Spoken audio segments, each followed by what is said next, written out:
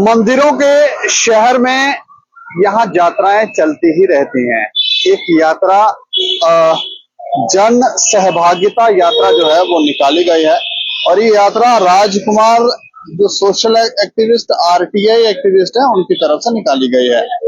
चुनाव भी ये लड़ते रहते हैं, लेकिन इस यात्रा को निकालने के पीछे का मकसद जो यहाँ पर लिखा हुआ है, नकली सोना चांदी घोटाला। नकली को सोना चांदी घोटाला है, उसका शिकायत नंबर भी यहाँ पर लिखा है।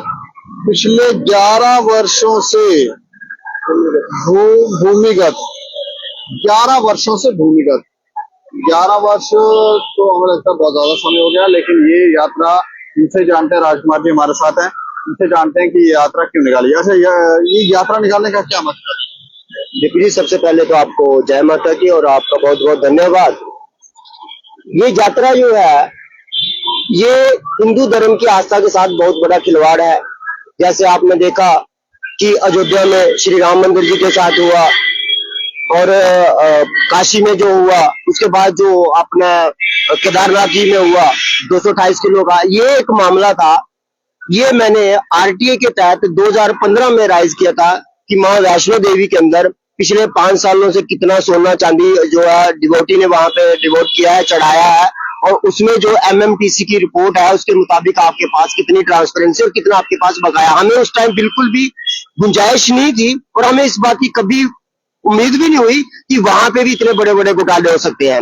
आरटीआई में 2015 में जब ये जवाब आया कि वहां पे जो 5 साल में सोना चढ़ाया गया है उसमें कोई लगभग 201 किलो जो सोना है और लगभग 8100 किलो जो चांदी है वो 5 सालों में डिवोटी ने वहां पे चढ़ाई है। लेकिन उसमें रिसाइकलिंग करवाने के बाद बहुत शागड़ हुआ कि रिसाइकलिंग करवाने के बाद जो सोना था उसमें से 43 केजी गोल्ड और नियर अबाउट 6 टन जो चांदी है वो डुप्लीकेट पाई गई है।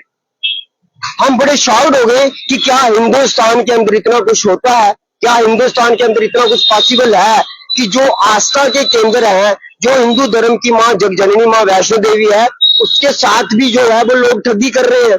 क्या हिंदू धर्म की आस्था के साथ जुड़े जो लोग हैं वो ऐसा कर सकते हैं? क्या वो वाकई में ठग हो सकते हैं?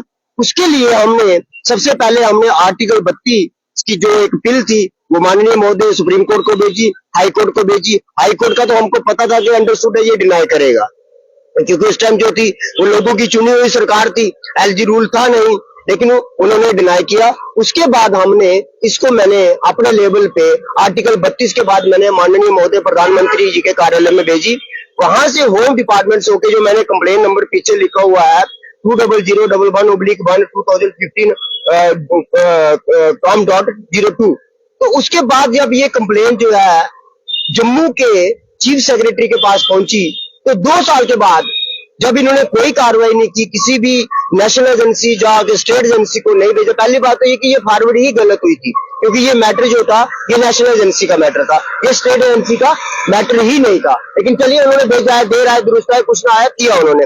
लेकिन 2 साल के बाद जब उन्होंने किसी भी एजेंसी को फॉरवर्ड नहीं किया तो हमने हाई कोर्ट में एक एटीआर जो है वो फाइल कर दी कि आप हमें एक्शन टेकन रिपोर्ट दे दीजिए कि 2 साल से कंप्लेन आपके पास आई है, आपने किस एजेंसी को ये जो कंप्लेन है ये इन्वेस्टिगेशन के लिए भेजी है। लेकिन उन्होंने ऑब्जेक्शन फाइल करने के बजाय मेरे ऊपर एक मामला फर्जी दायर करके मुझे 14 महीने के लिए जेल में डाल दिया और केस जो है वो ऑन डिफॉल्ट डिसमिस कर दिया। उसके बाद में जैसे बाहर आया मैंने दोबारा उसकी जो है वो एप्लीकेशन फाइल की और उसको दोबारा रिवीजन के लिए डाल दिया, इसको रिस्टोर करिए, क्योंकि मैं जुडिशरी कस्टडी में था और आपने ऑन डिफॉल्ट डिसमिस किए गया हुआ। लेकिन सवाल ये उठ रहा है, आज हम जन सहभागिता योग्यता यात्रा में जो निकले हैं वो इसलिए निकले हैं क्योंकि 11 साल के बाद जो जम्मू कश्मीर के अंदर चुनाव आ रहा है उसमें जनता से अपील कर रहे हैं कि ये जो मामला है हिंदू देवी देवताओं के साथ खिलवाड़ है, आस्था के खिलवाड़ है। जम्मू और देश की अलग अलग स्टेटों से जो करोड़ों जो श्रद्धालु हैं उनकी आस्था के साथ ये बहुत बड़ा खिलवाड़ है। इसकी कम से कम जांच एक बार जरूर होनी चाहिए कि ये कहां पे जाकर डुप्लीकेसी पाई गई। उसके लिए हमने 4 जो है वो रिस्पॉन्डेंट बनाए ताकि हमें लगे कि वाकई में ये डिवोटी द्वारा है या श्राइन बोर्ड से है या कि जो सुनार वगैरह, क्योंकि जो भी ऑर्नामेंट तैयार होगा जहां आप जाएंगे मैं जाएंगे वो घर में तो तैयार नहीं करेगा। लिहाजा हमने 4 लोगों को पार्टी बनाया जिसमें हमने सेंट्रल गवर्नमेंट को बनाया, क्योंकि सोना जो है वो कस्टम ड्यूटी पे करके उसको खरीदती है, परचेज करती है।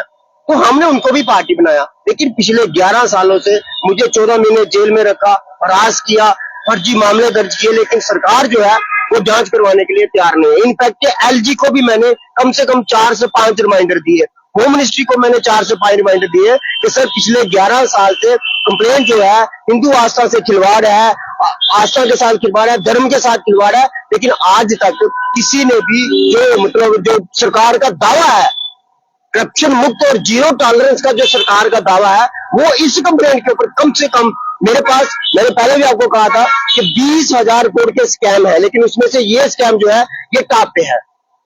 अगर आप आस्था के साथ खिलवाड़ जो है, करोड़ों लोगों की आस्था से खिलवाड़ है, अगर उसके भी आप मतलब आप लोगों को जागरूक करने निकले हैं, उनकी आपको सहभागिता चाहिए, जन सहभागिता। जनता को जागरूक के लिए निकला हूँ। असेंबली चुनाव सर पे है, स्पेशली मैंने कटरा और रियासी के जो लोग हैं, क्योंकि हमारी जो आस्था है वो जो सर का ताज है वो कटरा में है, कटरा और रियासी के लोगों से मैंने एक स्पेशल अपील फाइल किया कि इस बार का जो आपका वोट हो, कम से कम आप अपनी आस्था के साथ जो खिलवाड़ हो रहा है पिछले 11 साल से, और ये जो सरकार है, दोनों डबल इंजन की सरकार जो है, एलजी सरकार और केंद्र सरकार जो है, इस आस्था के मामले को दबा के बैठी हुई है।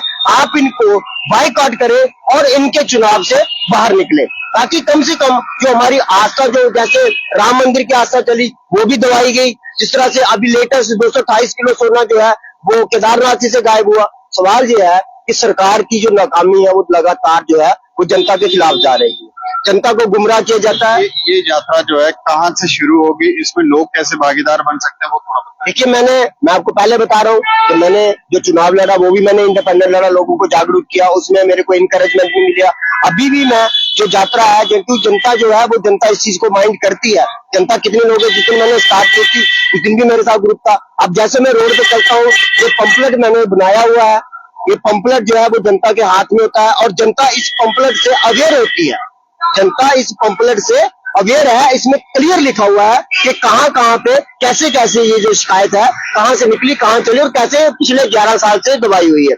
और जहां भी मैं जाता हूं जनता का सहयोग मिलता है, जनता से अपील की जा रही है कि इस चुनाव में कम से कम सरकार जो डबल इंजन की है उसके लिए आप सोचिए। और जो यात्रा शुरू हो गई है, यात्रा ये पिछले 1 हफ्ते से चल रही है।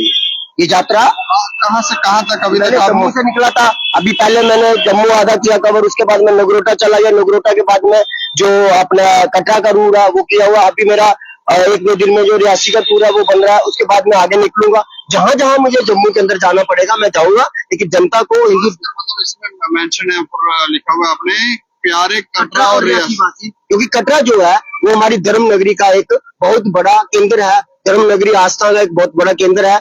जो कटरा के लोगों को जागरूक करना बहुत बड़ी बात होगी, क्योंकि कटरा का जो जितना भी व्यापार है, लगभग 7,500 होटल जो है वो इस आस्था के नाम पे चल रहा है।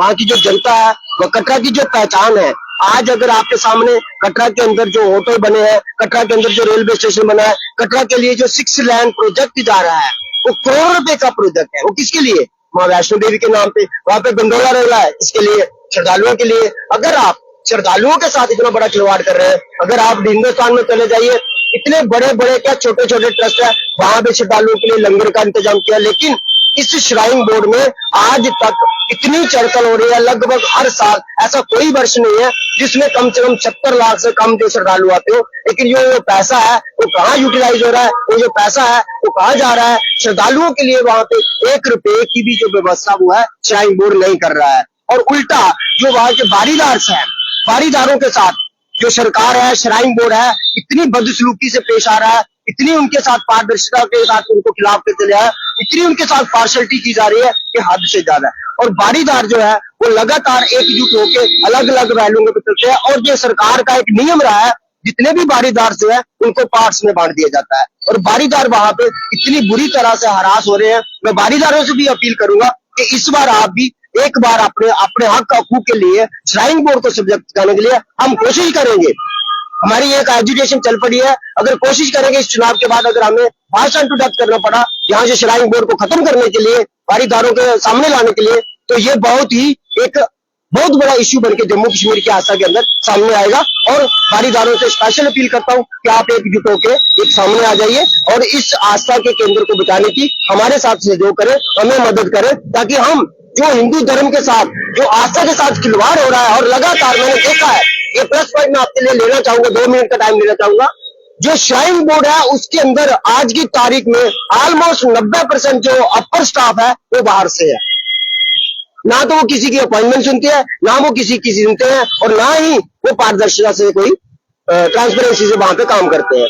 वहां पे चर्चल कितनी आ रही है, कोई स्ट्रांग रूम का लेखा जोखा नहीं है। एमएमटीसी में क्या जा रहा है, एमएमटीसी से वापस क्या आ रहा है, कोई जवाब नहीं है उसका। और उसकी चर्चल जो चंदा है वो कहाँ जा रहा है, किसके पास लेखा जोखा है, इस आरटीआई के बाद उन्होंने आरटीआई में जवाब देना ही जो है वो बंद कर दिया हुआ है।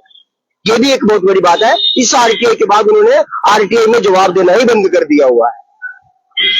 तो सवाल ये उठ रहा है कि जो सारा का सारा जो हमने जो निचोड़ निकाला है, जो सारी जो गड़बड़ चाला है, ये श्राइन बोर्ड ने की है, जिसमें हमने पर्सनली मैंने बाई नेम 2 लोगों को पार्टी बनाया हुआ है।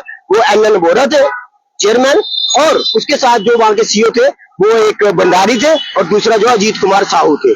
तो इन दोनों को हमने स्पेशल पार्टी बनाया हुआ है। और ये काफी उस टाइम कटरा का 7 दिन बाजार भी बंद रहा था, और आज भी हम कोशिश कर रहे हैं कि कटरा के हर घर तक ये पंपलेट पहुंचे, और कटरा के हर वोटर तक, रियासी के हर वोटर तक, जम्मू के हर वोटर तक पहुंचे, ताकि ये भाजपा की जो डबल इंजन की सरकार है, इससे ये हिसाब मांगा जाए, क्या आप जीरो टॉलरेंस के साथ हैं? अगर आप आस्था की जो शिकायत है उसके ऊपर आज तक अगर आपने ट्रांसपेरेंसी दी है, तो आप भ्रष्टाचार के ऊपर कितनी मतलब 0% टॉलरेंस का दावा कर रहे हैं। तो आपके माध्यम से मैं जम्मू की हिंदू धर्म की आस्था से, जो जम्मू के लोग हैं हर धर्म से, हिंदू मुस्लिम सिख ईसाई, क्योंकि धर्म सबका बराबर होता है, आस्था सबकी बराबर होती है, हमने उसका ख्याल करना चाहिए। और इस यात्रा से मैं उनसे अपील करूंगा कि इस बार का जो वोट है भाजपा को और कांग्रेस को, दोनों पार्टियों को, मैंने क्या कहूँ एक पार्टी को, ये दोनों इस लायक है। क्योंकि स्कैम जो हुआ है ये कांग्रेस के टाइम का हुआ है, और जो दबाया गया है उसको भाजपा ने दबाया। इस स्कैम के लिए दोनों पार्टियां जो है वो जिम्मेदार है, कांग्रेस और भाजपा। मेरी जनता से, आपके माध्यम से जम्मू की जनता से, मैं चुनाव में हूं या नहीं हूं बात की बात है, जम्मू की जनता से स्पेशल अपील है कि इन दोनों पार्टियों को आप नकार दीजिएगा। ये दोनों पार्टियां इस स्कैम के लिए, इस आस्था से खिलवाड़ के लिए, और जनता जम्मू और जो करोड़ों श्रद्धालु मां वैष्णो देवी के हैं उनकी आस्था से खिलवाड़ के लिए ये दोनों पार्टियां जिम्मेदार हैं। जो स्कैम हुआ वो कांग्रेस के टाइम का हुआ, और जो जांच दवाई हुई है वो भाजपा ने दवाई हुई। तो ये देखें, ये इन्होंने डिटेल में बताया कि क्यों इनको जन सहभागिता यात्रा निकालने की जरूरत पड़ी। ये कह रहे हैं आज से तो 11 साल पहले नकली सोना चांदी का घोटाला हुआ था, उस कंप्लेंट को अभी तक कोई एजेंसी ने ना जांच की है, ना उसकी जानकारियां हैं, उसको तो ये कह रहे हैं दबाया हुआ है। और अब ये निकले हुए हैं, घर से यात्रा निकाली हुई है, और सभी लोगों को जागरूक कर रहे हैं, और कोशिश कर रहे हैं कि लोगों को जागरूक करके बता सकें कि किस तरह से यहाँ पर माता वैष्णो देवी में घोटाला हुआ है। इसके पीछे क्या कारण है क्या नहीं है वो हम नहीं जानते, लेकिन यात्रा निकाली गई है, और मंदिरों में, शहर में यात्राएं तो चलती रहती हैं। इसके ऊपर आप भी अपनी राय रखें और देखते रहें दैनिक समाचार। मुझे और मेरे सहयोगी अरुण कुमार को दें इजाजत। नमस्कार।